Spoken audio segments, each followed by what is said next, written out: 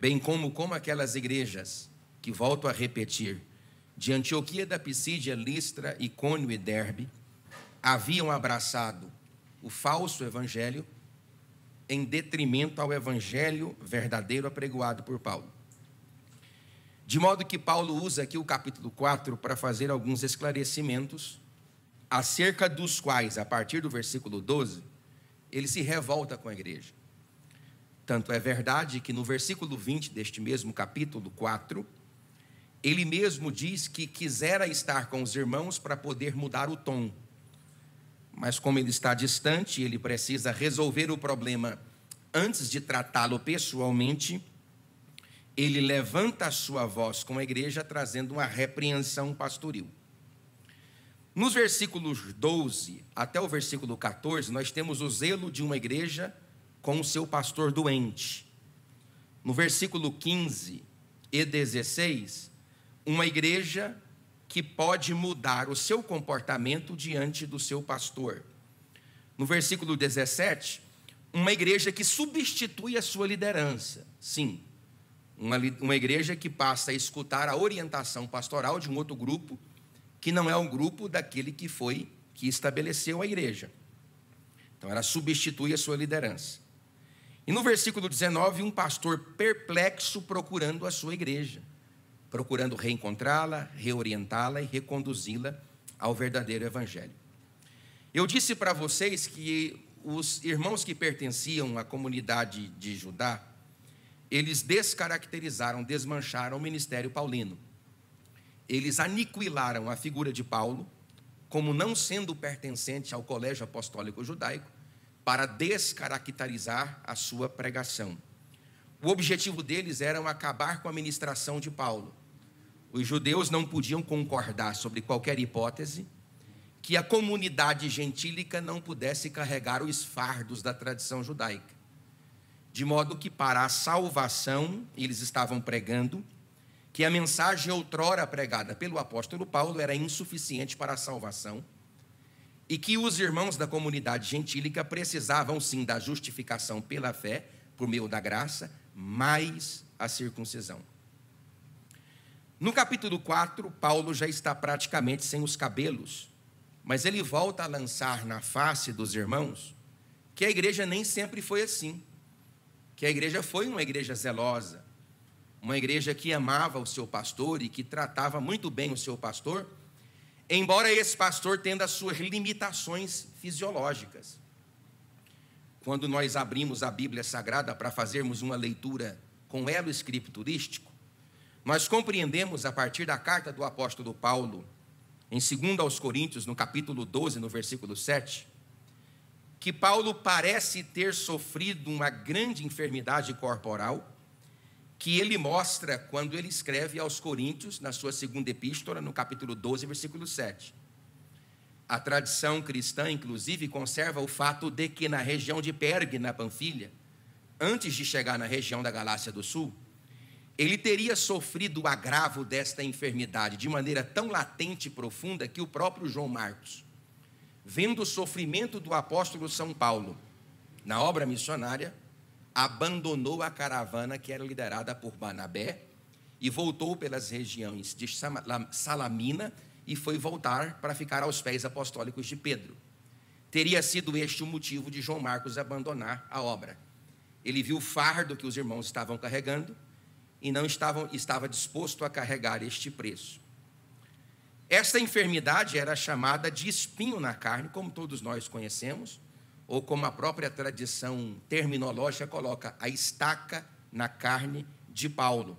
Ele mesmo reporta isso em diversas ocasiões. Os efeitos foram vistos em sua aparência pessoal. Os seus inimigos, inclusive em 2 Coríntios, capítulo 10, versículo 10, diz que Paulo tinha uma aparência mesquinha. Se você então compreender este termo, você percebe que Paulo sentiu isso como um corretivo contra qualquer tendência de orgulho espiritual. Isso está reportado na segunda carta de Paulo aos Coríntios, no capítulo 12, versículo 7, quando Paulo considera aquele espinho como tendo sido permitido por Deus, para que Paulo não se exaltasse diante da magnitude das revelações que ele havia recebido. O certo é que ele chega na Galácia do Sul com estes problemas, mas 3 coisas acontecem. A primeira, as enfermidades corporais do apóstolo poderiam ter sido uma tentação para que a igreja da Galácia do Sul desprezasse, mas ela inicialmente não desprezou. Era uma igreja aparentemente livre de preconceitos. Segundo lugar, a doença veio sobre ele durante a visita na Galácia, e foi com a saúde abalada que primeiramente Paulo pregou a palavra entre aqueles que estavam na Galácia do Sul, o que me faz entender que as minhas limitações físicas, emocionais e enfermidades não podem suplantar o maior projeto de Deus na minha vida. Eu já dei aqui diversos exemplos, como por exemplo de David Brainerd, que cuspiu o seu pulmão pela boca com tuberculose. E no seu livro, o Diário de David Brainerd, escrito por Jonathan Edwards, seu possível sogro, que não chegou a ser o seu sogro, porque ele morreu, ele disse o seguinte: Senhor, se eu tivesse 1000 vidas, te daria todas elas, ainda que, se necessário for, colocasse 1000 pulmões para fora da minha boca. Então, Paulo prega doente nesta igreja, e a gente tem algumas coisas que eu preciso considerar. Primeiro, pastor e rebanho sendo um. Paulo diz assim: olha, eu sou um com vocês. Porque não tem qualquer possibilidade, veja aqui, ó, sei de qual eu sou, pois não tem qualquer possibilidade senão de a igreja crescer, se o corpo que aprende não aprender com aquele que ensina, e se aquele que ensina não aprender com aqueles que aprendem. É uma relação recíproca.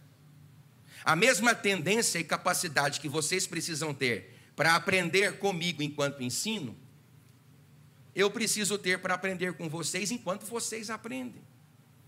Igreja é uma escala de aprendizado constante. Nós somos pessoas que aprendemos todos os dias. Todos os dias surgem problemas na igreja que ameaçam a minha capacidade pastoril. Todos os dias. Hoje mesmo eu lidei com 2 problemas que ameaçam a minha capacidade pastoril. A igreja é uma igreja cujo ambiente dela é um ambiente de constante aprendizado. E não é só da igreja que se assenta para escutar, mas daqueles que se levantam para falar. Paulo diz: eu sou um com vocês, vocês é um comigo. Essa é a relação preponderante para que a igreja cresça, desenvolva. A igreja ser capaz de se identificar na figura do pastor e o pastor se identificar na figura da igreja. Então, a primeira coisa de uma igreja que é vitoriosa é um pastor e rebanho sendo apenas um. Aí ele diz: irmãos, assim vos suplico, em nada me ofendeste. Segundo lugar, uma igreja honesta no trato com seu pastor. Então, Paulo está reportando aqui, pastor Roberto, que durante o tempo que ele esteve lá, e veja que em Listra, ele foi dado como morto. Ele pregou em Listra, Icônio, Derbe e Antioquia da Psídia. E Paulo está dizendo: durante todo o tempo que pastoreei vocês fundando trabalhos, eu não recebi nenhum agravo de vocês, embora eu estar debilitado fisicamente. Paulo está dizendo que o trato da igreja com aquele pastor era um trato honesto. Tanto é honesto que aqui no final Paulo vai dizer que a igreja da Galácia do Sul, pastor Israel, considerava Paulo como o próprio Cristo. Então, o destino de amor, de competência da igreja em relação ao seu líder era quase que o mesmo trato que a igreja destinava ao próprio Cristo. Então, é uma igreja honesta no trato com seu pastor, com a sua liderança, que respeita a sua liderança, apesar das deficiências, nesse caso aqui, fisiológicas do apóstolo São Paulo. Até que ele está dizendo que vocês conseguem me enxergar além da limitação, porque hoje você não pode errar mais com as pessoas. Repita comigo: todos os dias é um dia em que erramos. O grande problema é que nós não podemos errar com a pessoa errada. É preciso errar com pessoas certas, porque nem todas as pessoas estão dispostas a suportar o fardo de um erro de uma liderança. Então Paulo está dizendo: vocês enxergam, vocês conseguem me enxergar e destinar a mim um trato a despeito das minhas dificuldades fisiológicas. Vocês me enxergam além dos meus defeitos. Terceiro lugar, porque eu quero ir lá para baixo, diz assim, ó: e vós sabeis que eu vos preguei o evangelho pela primeira vez por causa de uma enfermidade física. Aí eu coloquei, terceiro lugar, minhas limitações não impedem o meu ministério. Quantas pessoas, irmãos, se ocupam de fábulas? Eu hoje atendi 2 pessoas na internet que estão sofrendo com o mal do século. O mal do século são as doenças psicossomáticas. Hoje já são catalogadas 27 enfermidades emocionais, que o primeiro resultado dela são doenças físicas. Veja, catalogadas 27 doenças físicas ou emocionais, cujos seus resultados iminentes na estrutura física. Por exemplo, quem não consegue perdoar, câncer. Câncer. Então, se o indivíduo tem uma pavimentação emocional comprometida com erosões e com buracos, ele está ele está construindo uma pavimentação para descer um Boeing chamado câncer. Pessoas que são ansiosas, por exemplo, gastrites e úlceras. Já está provado. Porque hoje nós discutimos muito sobre dicotomia, tricotomia, mas hoje nós entendemos que o corpo é uma união monossomática, que os impactos emocionais, eles são denunciados no corpo. Então, hoje eu atendi 2 pessoas na internet com graves problemas emocionais. Mas Paulo está dizendo, eu cheguei aí doente, mas as minhas limitações não me impediram de trabalhar. Eu preguei o evangelho entre vocês doente. Eu fundei o trabalho entre vocês doente. Eu me lembro muito da Frida Vingre, que estava nos Campos Pantaneiros, lá de Belém, e sanguessugas chupando a sua pele tão branca e translúcida, porque ela era da Suécia. E o seu marido olhou para ela, Gunnar Vingre, o fundador da Assembleia de Deus, disse assim, o que eu fiz contigo? Te tirei de um belo país e te coloquei nessa lama preta para ser picada e sugada por sanguessugas. E ela olhou para o seu marido e disse, meu bem, quem sua mão no arado já pôs, constante precisa ser. O sol declina, ou seja, está difícil, mas logo vai aparecer. E aí ainda ela vai além, se Cristo comigo vai, eu irei. Você pode dizer glória a Deus? Melhora aí o meu retorno. E posto que minha enfermidade na carne vos foi uma tentação, contudo não me revelastes desprezo nem desgosto. Vocês não me anularam por conta de minhas deficiências. Irmãos, até que ponto você está disposto a suportar as deficiências do seu líder? Não é muito melhor você prestar o respeito àquele que te lidera, baseado nos defeitos que ele tem do que nas qualidades? Porque todo aquele que é subserviente, que é servo, que é honesto, com a liderança que é perfeita, vai quebrar a face quando aquela suposta liderança perfeita for revelar quem ela é. Porque todos nós temos os defeitos. Você não pode amar o Presley a partir das suas qualidades. Você precisa amar o Presley no seu pacote completo. Eu sou um pacote completo. Um invólucro de boas qualidades e de péssimas qualidades. Você não escolhe amar as boas qualidades para me amar. Você me ama no pacote completo e dá preferência nas qualidades. Porque se você focar nos defeitos, você nem comigo você congrega. Porque eu sou humano igual você. Então essa igreja tem essa habilidade de não anular o apostolado de Paulo baseado nas deficiências dele. Porque ela consegue olhar esse apostolado a partir da deficiência. Você consegue? Olha o seu marido aí para você ver. Ele só tem qualidade? Olha o seu patrão aí, ele só tem qualidade? Olha o seu filho, ele só tem qualidade? Não. Então você não pode amar o indivíduo a partir das qualidades dele, inclusive. Robert Frost, um poeta francês, diz que nós não amamos mais pessoas, amamos competências.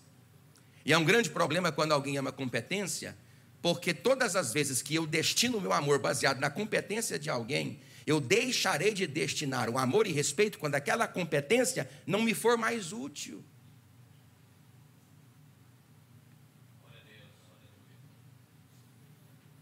Por isso que o amor de alguém em relação a outrem nunca é sobre o outro que ele ama, é sobre ele mesmo.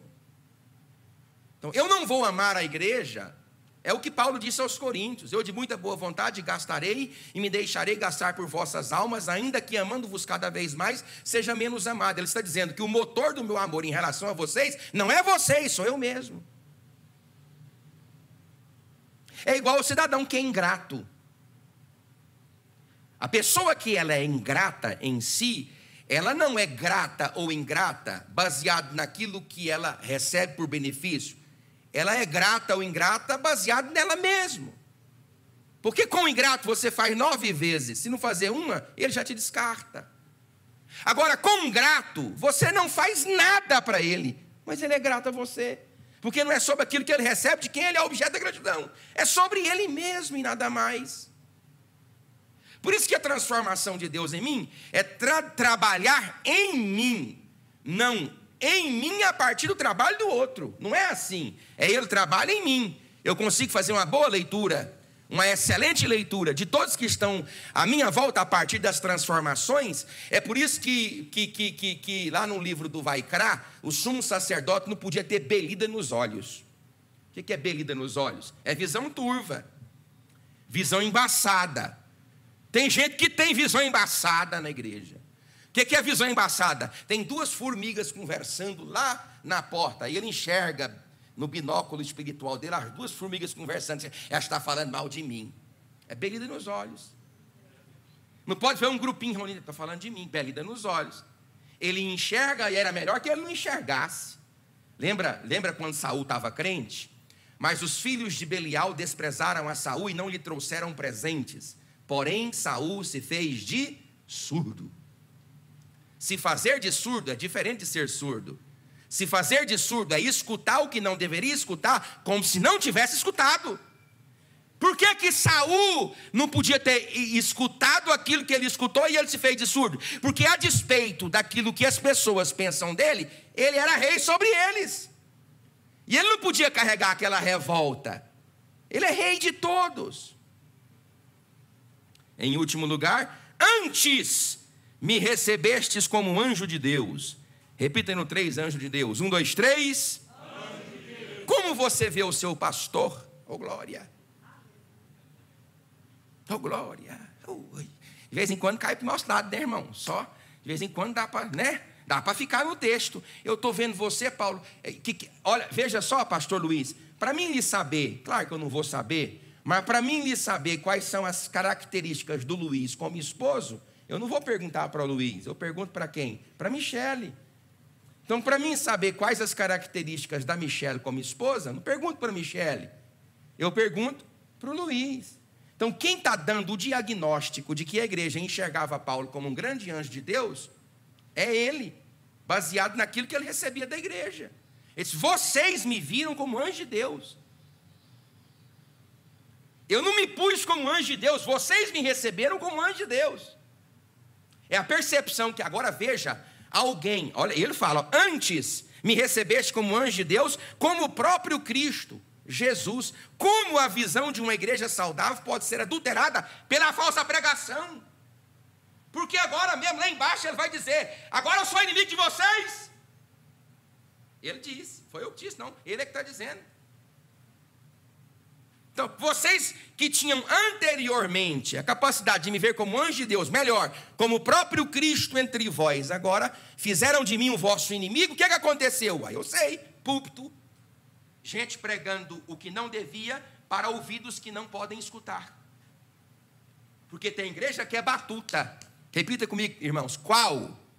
Repita, qual? A de Bereia.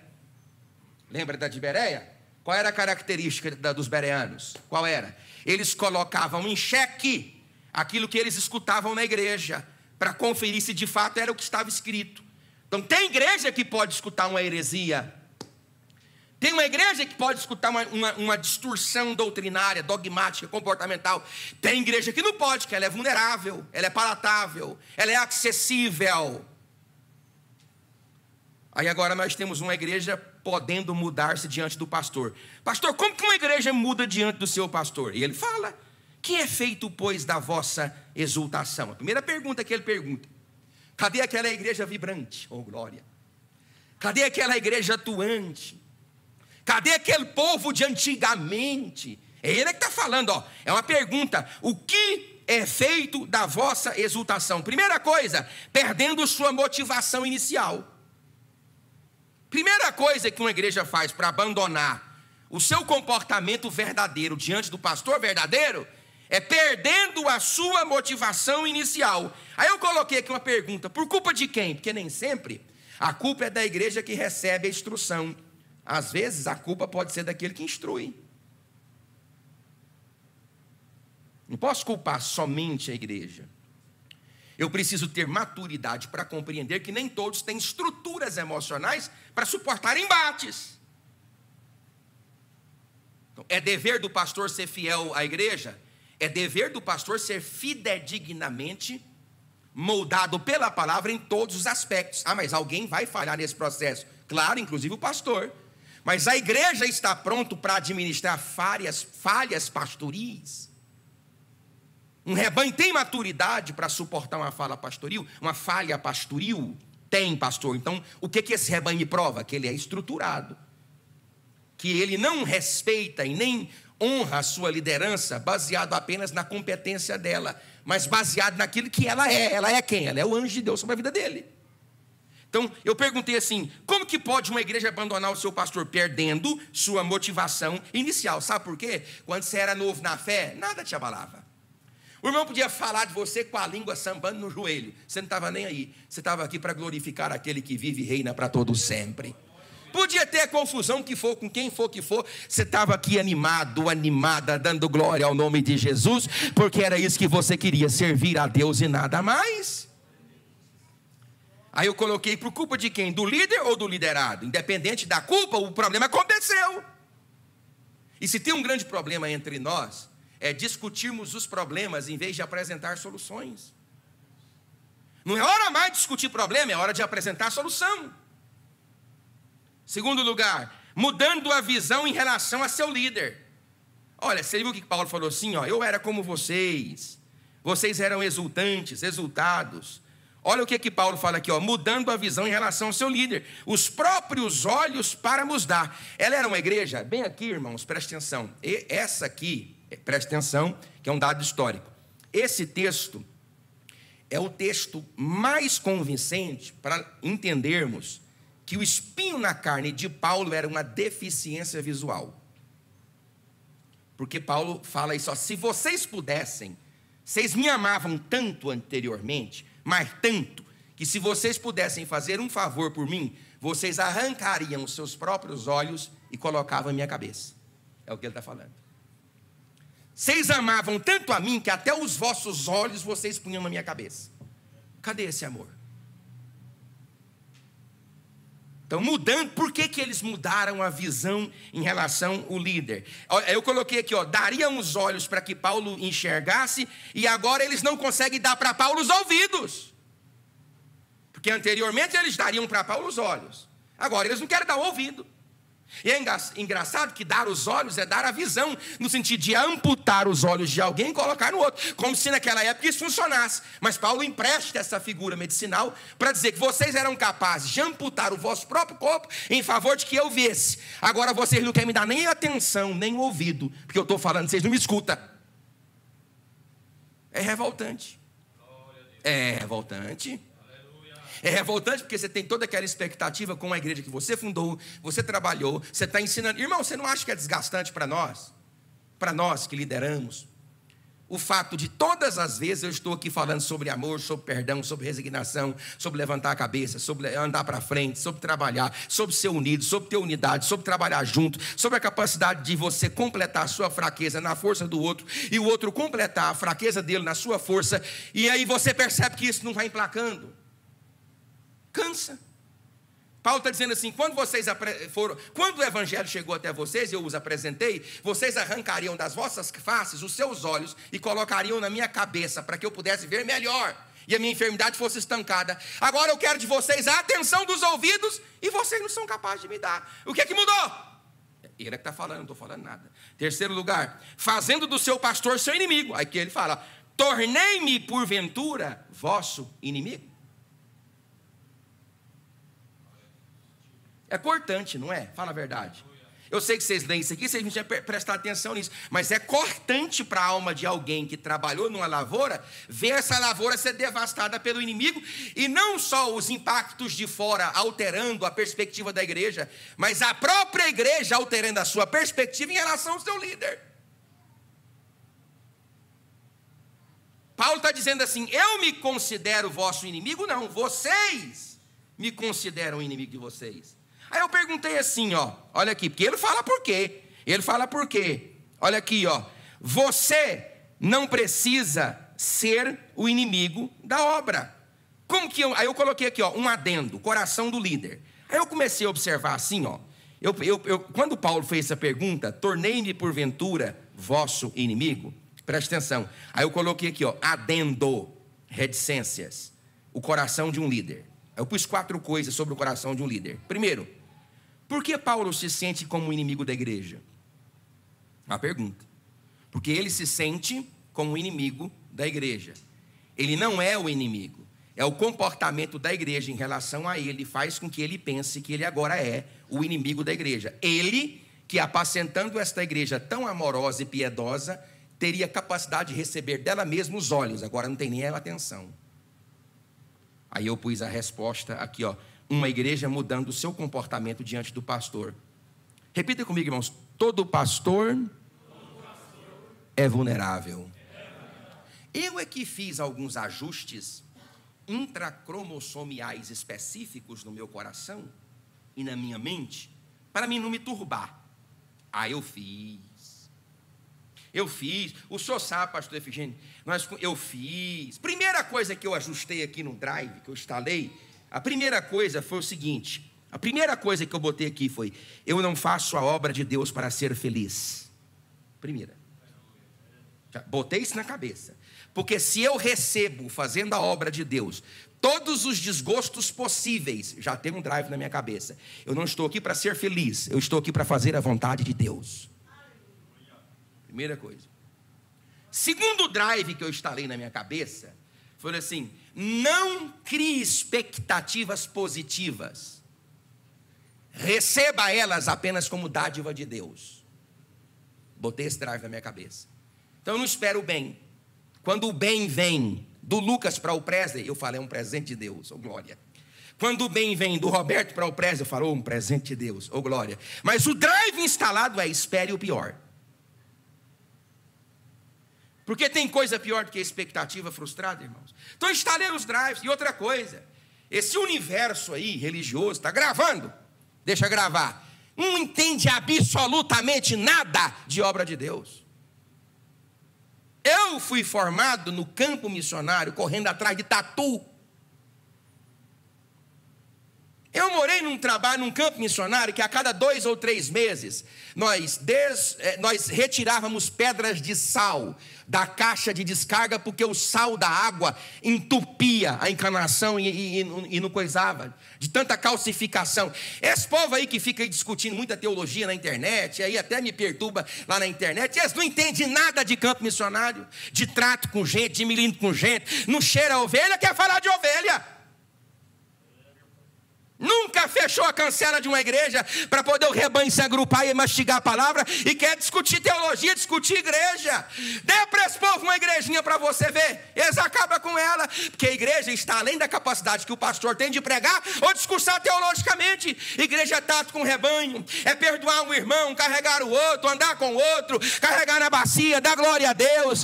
Eita, isso é que é a igreja de Jesus Cristo. É diferente.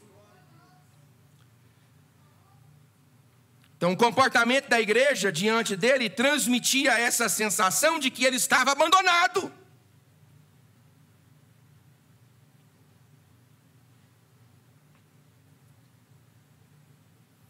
Eu fui secretário de convenção por 3 quadriênios e vi uma cena de 4 irmãos que se levantaram com o pastor, com suas famílias. Sempre teve isso na história do cristianismo. Eles expulsaram Calvino de Genebra, eles perturbaram Jonathan Edwards, porque ele rejeitou dar a Santa Ceia para irmãos que viviam no mundo e na igreja. por conta da mulher, se eu não estou enganado, dos 11 filhos que ela deu à luz, 6 foi no domingo, foi uma das pautas que arrancou Jonathan Edwards, a mente mais brilhante dos Estados Unidos, da igreja, se eu não estou enganado, por 203 ou 218 votos a 17. Ele foi expulso da igreja.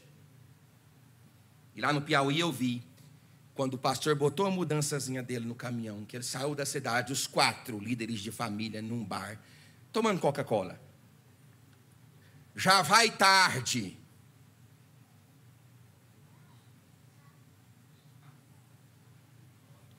Livre estou, livre estou. Os 4.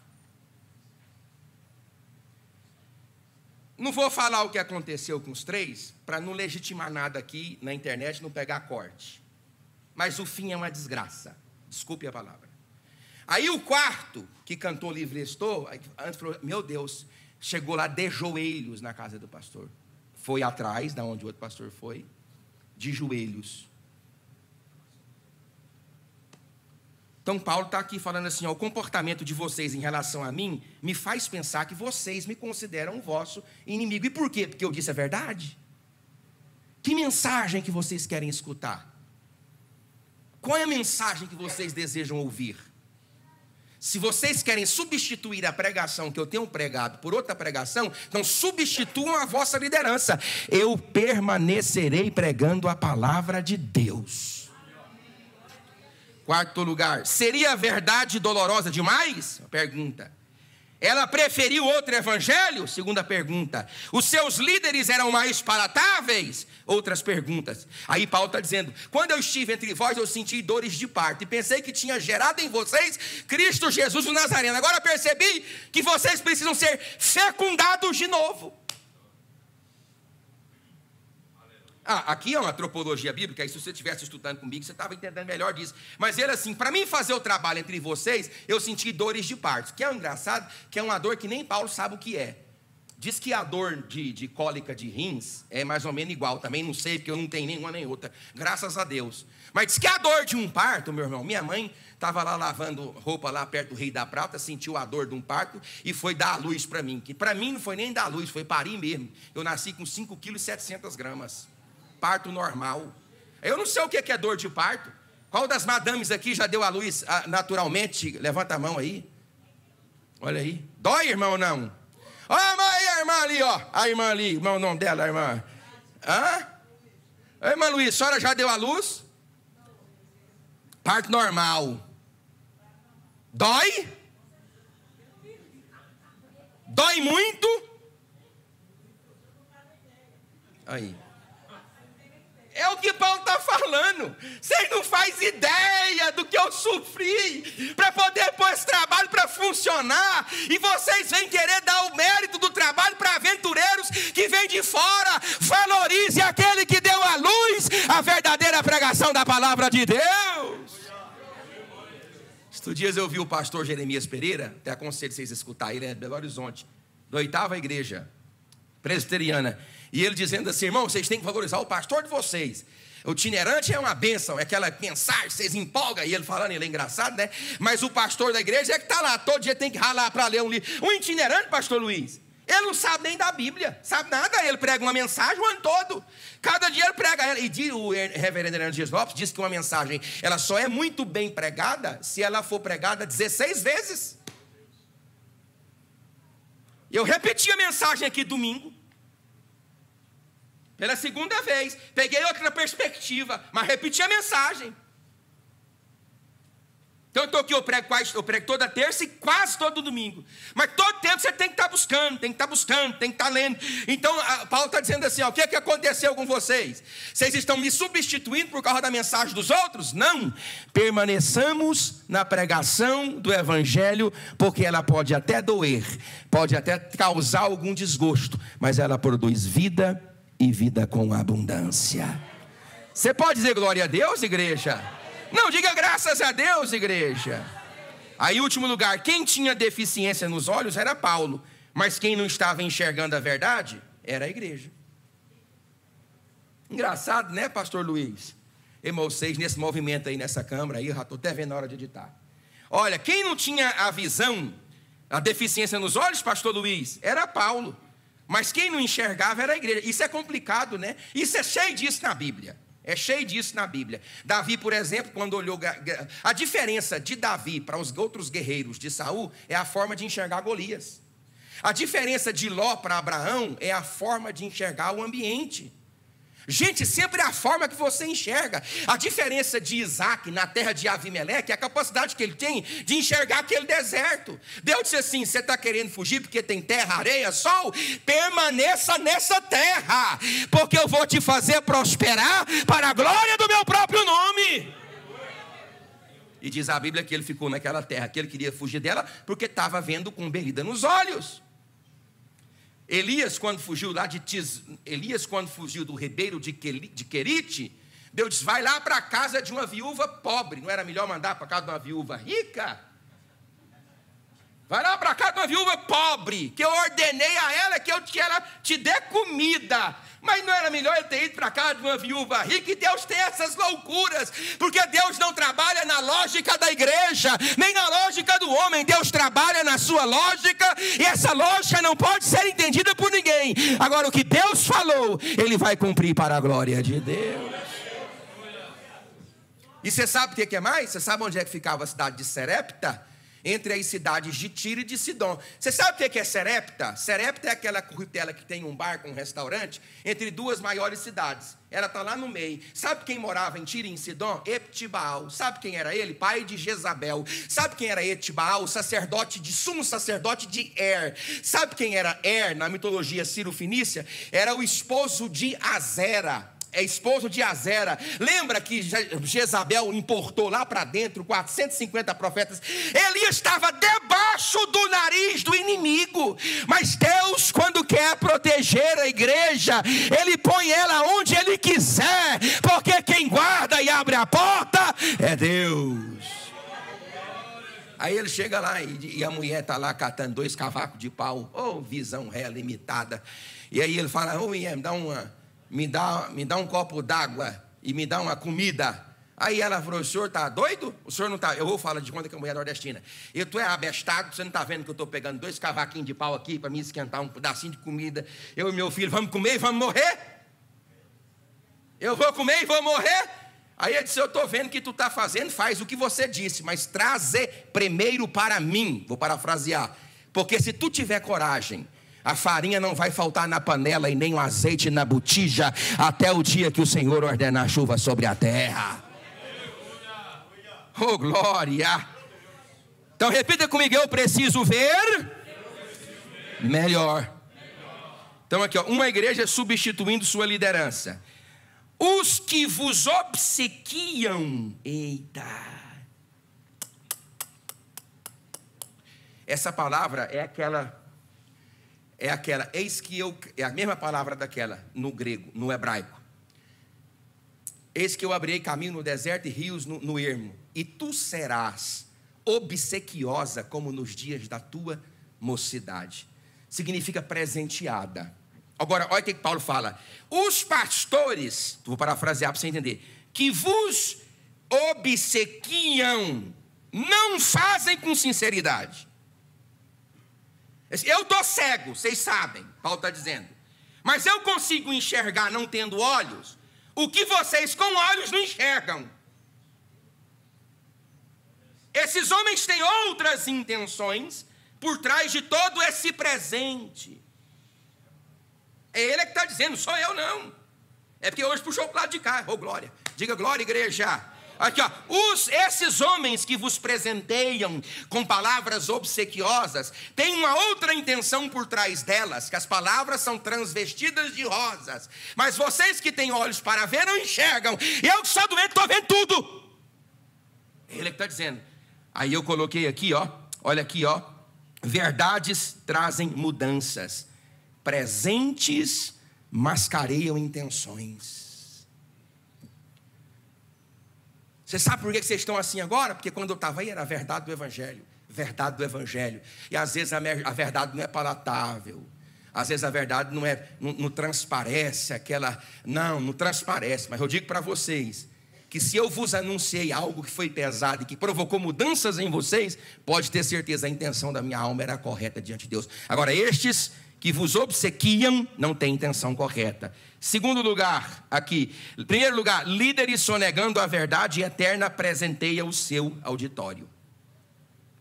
Líderes que sonegam verdades eternas para preservar o seu auditório. E não é fácil não, irmãos, porque a gente prega na igreja hoje e a gente toda hora sofre esse problema em administrar o que a igreja deseja ouvir com aquilo que ela precisa ouvir. Geralmente aquilo que ela precisa ouvir fere muito mais a audição daqueles que escutam. Agora, tenho certeza de uma coisa: se é Deus que fala através da boca daqueles que aqui pregam, a palavra pode até doer inicialmente. Porque palavra, irmão, na Bíblia é o quê? É martelo, serve para quê? Para quebrar. É espada, serve para quê? Para cortar. E é vara de amendoeira, serve para quê? Para corrigir. O que você quer que ela faça? E não existe. Mas não existe. Nós acostumamos a vender uma ilusão para as pessoas que nunca fez parte do pacote ordinário. Nunca fez parte do propósito de Cristo. Oh, glória, diga graças a Deus. Só mais uma e eu termino. Escolhendo para si uma liderança com mel em sua boca, mas com más intenções no seu coração. Paulo está dizendo assim: essas palavras que vocês tanto gostam de escutar, podem até parecer favos de mel, mas a intenção do coração destes homens é podre. É podre.